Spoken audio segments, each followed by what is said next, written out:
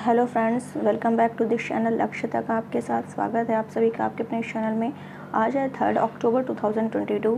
जो भी क्वेश्चन आपके एग्ज़ाम के पॉइंट ऑफ व्यू से इंपॉर्टेंट होने वाले हैं, जो कल रात तक की सुर्खियों से बने, वो सारे इस सेशन में हम लोग डिस्कस करने वाले हैं। सारे क्वेश्चन को डिस्कस करेंगे। तो चलिए सेशन को स्टार्ट करते हैं बिना देर किए हुए। लेकिन उसके पहले आप लोग क्या करिए, लेक्चर को लाइक कर दीजिए, शेयर कर दीजिए, सब्सक्राइब कर दीजिए जो नए व्यूवर्स हैं। चलिए आज का मोटिवेशन कोड देखते हैं, फिर आगे हम लोग कंटिन्यू करते हैं सेशन को। क्या कह रहा है, थोड़ा सब्र रखो, अब भी इम्तिहान जारी है, वक्त खुद कहेगा चल अब तेरी बारी है। बिल्कुल, अगर आप कोई भी एग्ज़ाम की तैयारी कर रहे हैं तो आपको पेशेंस रखना चाहिए। पेशेंस, जब आप सब्र रखेंगे, धैर्य बहुत बड़ी चीज़ होती है। अगर आप धैर्य रख रहे हैं तो आपको सफलता ज़रूर ही मिलेगी। बस आपको क्या करना है, धैर्य के साथ, पेशेंस के साथ, जुनून के साथ, दृढ़ निश्चयता के साथ लगे रहना है। और फिर एक बार टाइम खुद कहेगा कि चलो अब इसके द्वार चलना है और इसका समय आ गया, सफलता इसको ज़रूर मिलनी चाहिए। तो आपको सफलता उस टाइम जरूर मिले, बस आप पेशेंस के साथ अपने लक्ष्य पर लगे रहिए। चलिए सेशन को स्टार्ट करते हैं और देख लेते हैं आज का क्वेश्चन क्या कह रहा है। हाल ही में जारी, इंपॉर्टेंट क्वेश्चन है। हाल ही में जारी, एक मिनट थोड़ा हम कलर चेंज कर लेते हैं। हाँ, हाल ही में जारी टाइम 100 नेक्स्ट की सूची में कौन एक भारतीय शामिल है? तो कौन शामिल है? आकाश अंबानी। टाइम 100 नेक्स्ट की सूची जारी की गई, इसमें एक भारतीय शामिल है, वो है आकाश अंबानी। ये जो है टाइम मैगजीन ने क्या किया है? टाइम मैगजीन ने जो उद्योगपति हैं जाने माने मुकेश अंबानी, इन्हीं के बड़े बेटे, ये आकाश अंबानी जो हैं ये मुकेश अंबानी के बड़े बेटे और रिलायंस जियो के क्या हैं? चेयरमैन हैं। इन्हीं को क्या किया है? टाइम 100 नेक्स्ट की लिस्ट में जगह दी है। किसने? टाइम मैगजीन के द्वारा। इन्हें लीडर्स कैटेगरी में चुना गया है। लीडर्स कैटेगरी में चुना गया है।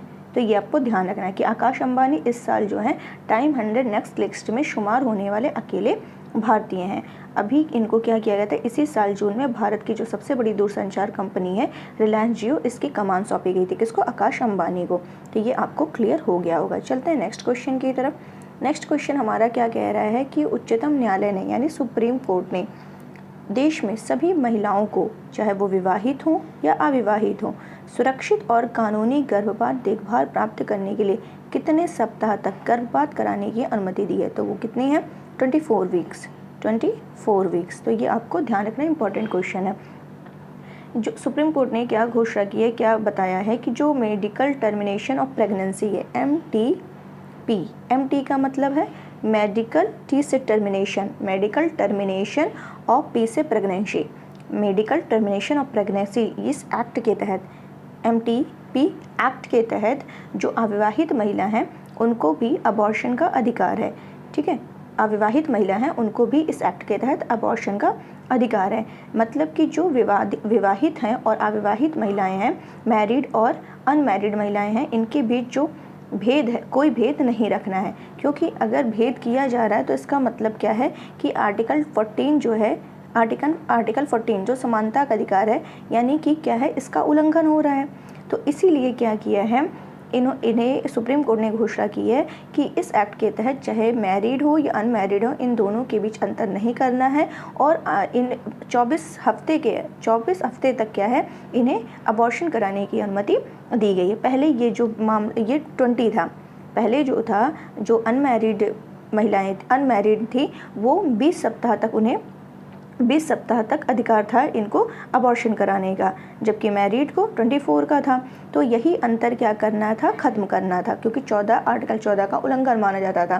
तो इसीलिए इसको क्या कर दिया गया है, टोटल कि दोनों को ही क्या कर दिया गया है, इक्वल कर दिया गया। 24 वीक्स तक अबॉर्शन कराने की अनुमति दी गई है। और इसमें जो है कि हस्बैंड के द्वारा जो किया जाने वाला दुष्कर्म, मैरिटल दुष्कर्म की दशा में भी 24 वीक दिया गया है। मैरिटल दुष्कर्म जो है उसकी दशा में भी 24 वीक्स है। तो ये आपको क्लियर हो गया होगा। चलते हैं नेक्स्ट क्वेश्चन की तरफ। अंतर्राष्ट्रीय वृद्धजन दिवस हर साल कब मनाया जाता है? तो कब मनाया जाता है? 1 अक्टूबर को मनाया जाता है। 1 अक्टूबर को अंतर्राष्ट्रीय वृद्धजन दिवस मनाया जाता है। और इसमें क्या किया जाता है, जो हमारे से वरिष्ठ नागरिक हैं उनका सम्मान करना और उनके संबंध में चिंतन करना क्या हो जाता है? आवश्यक हो जाता है। अगर इस बार 2022 में जो इसकी थीम की बात करें तो वो क्या है? बदलती दुनिया में क्या है? बदलती दुनिया में वृद्धजनों का अनुरूपण। ये इसकी इस बार की थीम है कि बदलती दुनिया में वृद्धजनों का अनुरूपण। चलिए इतना क्लियर हो गया। आइए इसकी शुरुआत करें तो क्या है, इसकी शुरुआत कब हुई थी? तो UNO ने यानी संयुक्त राष्ट्र महासभा ने क्या किया था? 14 अक्टूबर 1990 में वृद्धजनों के लिए अंतर्राष्ट्रीय वृद्धजन दिवस घोषित किया था। कब? 14 अक्टूबर 1990 में क्या किया था? इसको अंतर्राष्ट्रीय वृद्धजन दिवस घोषित किया था। उसके बाद क्या किया जाने लगा? 1 अक्टूबर 1991 से हर साल क्या है? अंतर्राष्ट्रीय वृद्धजन दिवस मनाया जाने लगा। तो ये भी आपको ध्यान रखना है। चलते हैं नेक्स्ट क्वेश्चन की तरफ। 1 अक्टूबर 2022 को मोस्ट इंपॉर्टेंट क्वेश्चन, ये क्वेश्चन आपको एग्जाम में 100% मिलेगा, इसलिए इसको स्टार बनाकर के छापिएगा कि 1 अक्टूबर 2022 को स्वच्छ सर्वेक्षण पुरस्कार 2022 में 1 लाख से अधिक आबादी वाले शहरों में सबसे स्वच्छ, किसमें? 1 लाख से, इसको कई कैटेगरी में जारी किया गया है। तो अगर पूछ ले कि 1 लाख से अधिक आबादी वाले शहरों में सबसे स्वच्छ कौन है, तो वो है कौन है? इंदौर है। कौन है? इंदौर है। चलिए इसके बारे में और डिस्कस करते हैं। यहाँ मैंने न्यूज़पेपर लगा दिया है कटिंग, थोड़ा स्मॉल साइज करते हैं कि ये देखिए, इंदौर जो है स्वच्छ सर्वेक्षण पुरस्कार 2022 में सर्वश्रेष्ठ प्रदर्शन करने वाले राज्य की श्रेणी में मध्य प्रदेश ने पहला स्थान प्राप्त किया है।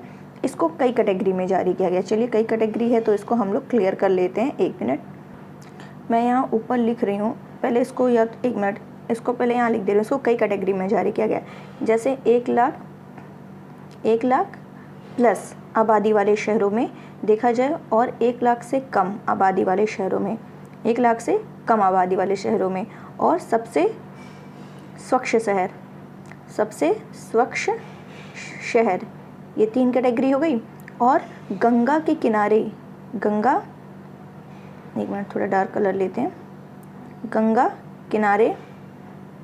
किनारे 1 लाख से अधिक, 1 लाख से अधिक, और गंगा किनारे 1 लाख से कम वाले में देखते हैं। तो 1 लाख से अधिक आबादी वाले में जो है इंदौर को क्या किया गया है? इंदौर फर्स्ट नंबर पर है और सेकंड पे सूरत है। और इंदौर जो है 6 बार लगातार 6 बार क्या है? सबसे 1 लाख से अधिक आबादी वाले में 6 बार लगातार क्या है? इंदौर टॉप पर बना हुआ है। और 1 लाख से कम वाले उसमें देखा जाए राज्यों में तो क्या है? पंचगनी। ये पंचगनी कहाँ है? तो महाराष्ट्र का पंचगनी, ये आपको ध्यान रखना है। और सबसे स्वच्छ शहर की बात करें, सबसे स्वच्छ शहर नहीं, सबसे स्वच्छ राज्य की बात करें तो वो है मध्य प्रदेश। सबसे स्वच्छ राज्य मध्य प्रदेश। और गंगा किनारे 1 लाख से अधिक की बात करें तो वो है हरिद्वार। क्या है? हरिद्वार। और 1 लाख से कम गंगा के किनारे बात करें तो उत्तर प्रदेश का क्या है? बिजनौर। उत्तर प्रदेश का क्या है? बिजनौर। और इसमें क्या है कि इसमें तो ये हो गया। और अगर इसकी बात करें कि ये कौन देता है, तो इसमें जो दिया जाता है मंत्रालय, आवास और शहरी मंत्रालय द्वारा ये शुरू किया गया था। कब शुरू किया गया था? 2016 से ही ये दिया जा रहा है। और इस बार इसका कौन सा संस्करण है? 7वां संस्करण है। ये आपको ध्यान रखना है। और इसका वितरण कौन किया है? इसका वितरण जो है राष्ट्रपति हमारी द्रौपदी मुर्मू है, उनके द्वारा किया गया है। तो ये आपको पूरा देख लेना है। यहाँ पे मैं पढ़ के सुना दे रही हूँ कि सर्वश्रेष्ठ प्रदर्शन करने वाले राज्य की श्रेणी में मध्य प्रदेश ने पहला स्थान हासिल किया है, इसके बाद छत्तीसगढ़ है, उसके बाद महाराष्ट्र है, और इंदौर और सूरत ने बड़े शहरों की श्रेणी में अपना शीर्ष स्थान है, और वहीं विजयवाड़ा ने तीसरा स्थान। तो ये मैंने दे दिया, आप लोग ये देखिए, राष्ट्रपति द्रौपदी मुर्मू ने इस पुरस्कार को वितरित किया है, और ये सब मैंने दे दिया, आप लोग इसको देख लीजिएगा। तो ये बहुत इंपॉर्टेंट क्वेश्चन था, ध्यान रखना है। चलते हैं नेक्स्ट क्वेश्चन की तरफ। देश की तीसरी वंदे भारत एक्सप्रेस ट्रेन किन 2 शहरों के बीच शुरू हुई है? तो किन 2 शहरों के बीच शुरू हुई है? गांधीनगर से मुंबई के बीच। किन 2 गांधीनगर से मुंबई के बीच। तो यहाँ पे ये तीसरी बोल रहा है, यानी कि पहली और दूसरी वंदे भारत एक्सप्रेस ट्रेन भी स्टार्ट हुई है। तो पहली देख लेते हैं। पहली जो है दिल्ली से कटरा, दिल्ली से कटरा, ये कटरा जम्मू कश्मीर का, जम्मू कश्मीर। और सेकंड जो है, सेकंड आपका दिल्ली से वाराणसी, दिल्ली से वाराणसी। तो ये आपको ध्यान रखना है कि ये जो तीसरी जो है ये गांधीनगर से मुंबई है, गांधीनगर से मुंबई। ये भी इंपॉर्टेंट क्वेश्चन था। Next question, Donetsk, Luhansk, Zaporizhzhia, Kherson जिन्हें रूस अपने क्षेत्र में मिलाने की घोषणा की है किस देश के हिस्से हैं? तो ये यूक्रेन के हैं। ये तो बहुत पहले हम लोगों ने डिस्कस किया था करंट में। तो ये सारे जो हैं चर्चा में हैं कि ये सारे आप मैप में देख लीजिएगा कहाँ कहाँ हैं। इसको मिलाने की घोषणा की मतलब किस देश के हिस्से? यूक्रेन के हैं। यहाँ पे आपको हम कुछ दिखा दे रहे हैं। यहाँ पे ये देखिए, यहाँ पे डोनेटस्क, लुहांस्क, ज़ैपोरोजिया, तो ये खेरसॉन, ये सारे मैंने आपको मैप में दिखा दिया। तो ये आप देख लीजिए। चलते हैं नेक्स्ट क्वेश्चन की तरफ। अंबेडकर अ लाइफ किसकी रचना है? अंबेडकर अ लाइफ जो है शशि थरूर की रचना है। किसकी रचना है? शशि थरूर की रचना है। ये देखिए यहाँ मैंने लगा दिया है कि शशि थरूर ने बी आर अम्बेडकर की जीवनी लिखने की घोषणा की है। और इसमें जो है इस किताब का नाम अंबेडकर अ लाइफ रखा गया है। और ये पूरा मैंने यहाँ दे दिया। तो ये किसकी इंपॉर्टेंट है क्योंकि ऐसे पूछ लिया जाता है कि किसकी रचना है जो न्यूज़ में रहते हैं। तो शशि थरूर के द्वारा लिखी गई है Ambedkar a life. Next question पे चलते हैं। अभी भी जिसने चैनल को लाइक नहीं किया लाइक कर दीजिए, शेयर कर दीजिए, सब्सक्राइब कर दीजिए। यूनेस्को ने कितने भारतीय विरासत वस्त्रों की सूची हाल ही में जारी की है? तो कितनी जारी की है?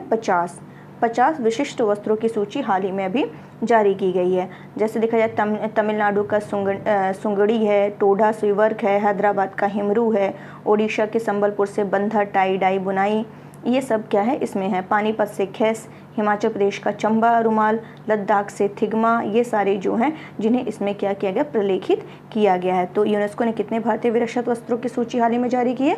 तो कितनी? 50। अगर हम यूनेस्को की बात करें तो यूनेस्को का जो स्थापना हुआ था 16 नवंबर 1945 को हुआ था। और इसका हेडक्वार्टर कहाँ है? पेरिस में है। पेरिस कहाँ है? फ्रांस में है। और पेरिस किस नदी के किनारे? सीन नदी। तो ये भी आपको ध्यान रखना है।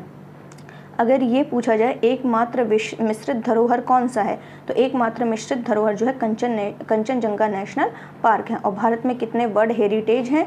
तो 40 हैं। और अमूर्त हेरिटेज 14 हैं। 14वां जो नवीनतम हो दुर्गा पूजा बंगाल का। तो ये भी आपको ध्यान रखना है। चलते हैं नेक्स्ट क्वेश्चन की तरफ। भारत में मोबाइल नेटवर्क की 5G सेवा शुरुआत कब से हुई है? तो कब से हुई है? 1 अक्टूबर 2022 से हुई है। कब से हुई है?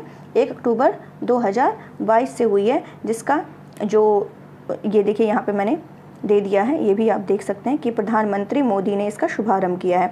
पूछ ले किसने शुभारंभ किया 1 अक्टूबर को? तो नरेंद्र मोदी जी ने इसको शुभारंभ किया। तो यहाँ मैंने पूरा दे दिया, आप लोग इसको पढ़ लीजिएगा। चलते हैं नेक्स्ट क्वेश्चन की तरफ। आसरा पेंशन किस राज्य सरकार की एक पेंशन योजना है? क्या कह रहा है क्वेश्चन? आसरा पेंशन किस राज्य की एक पेंशन योजना है? तो ये आसरा किसकी है? ये आपका जो है तेलंगाना की है। किसकी है ये? तेलंगाना की है। आसरा पेंशन जो है ये कहाँ की है? तेलंगाना राज्य की ये पेंशन योजना है। तो ये किसके लिए है पेंशन? ये जो सबसे गरीब समुदाय वर्ग हैं उन्हीं के लिए ये पेंशन, जैसा कि नाम से कि पेंशन योजना, तो ये आपको दिख रहा होगा। तो ये ध्यान रखिए, ऐसे ही क्वेश्चन शॉर्ट में पूछ लेते हैं। चलिए कल का रिवीजन करते हैं फटाफट। 28 से 29 सितंबर 2022 तक हरित अर्थव्यवस्था शिखर सम्मेलन का आयोजन कहाँ किया गया? दुबई। किस देश के सामंथा क्रिस्टोफोरोटी इंटरनेशनल स्पेस स्टेशन की कमान संभालने वाली पहली यूरोपीय महिला बन गई? इटली। जुरोंग रोवर को मंगल ग्रह पर अरबों साल पहले आई बाढ़ के सबूत मिले? चीन। और यहाँ प्रशांत द्वीप के देशों के बारे में बताना। प्रशांत द्वीप देश 14 राज्यों का एक समूह है जो एशिया, ऑस्ट्रेलिया और अमेरिका के बीच प्रशांत महासागर के उष्णकटिबंधीय क्षेत्र में स्थित है। उनमें से कुछ के पास भारत में बड़े विशिष्ट आर्थिक क्षेत्र हैं। और सोवियत संघ और दुनिया के प्रमुख जनसंख्या केंद्र इन द्वीपों की दूरी का अमेरिका, यूके और फ्रांस के कुछ परमाणु हथियार परीक्षण यहाँ स्थित हैं। तो सभी सही हैं। जयंती पटनायक का निधन हुआ। क्या है? राजनेता। प्रतिवर्ष अंतर्राष्ट्रीय अनुवाद दिवस कब मनाया जाता है? 30 सितंबर। पुल्लमपारा भारत की पहली डिजिटल रूप से साक्षर पंचायत है। किस राज्य में स्थित है? केरल। विश्व का सबसे बड़ा सफारी पार्क किस राज्य में स्थापित किया जाएगा? हरियाणा। किस राज्य में मुख्यमंत्री डेयरी प्लस योजना का शुभारंभ किया गया? मध्य प्रदेश।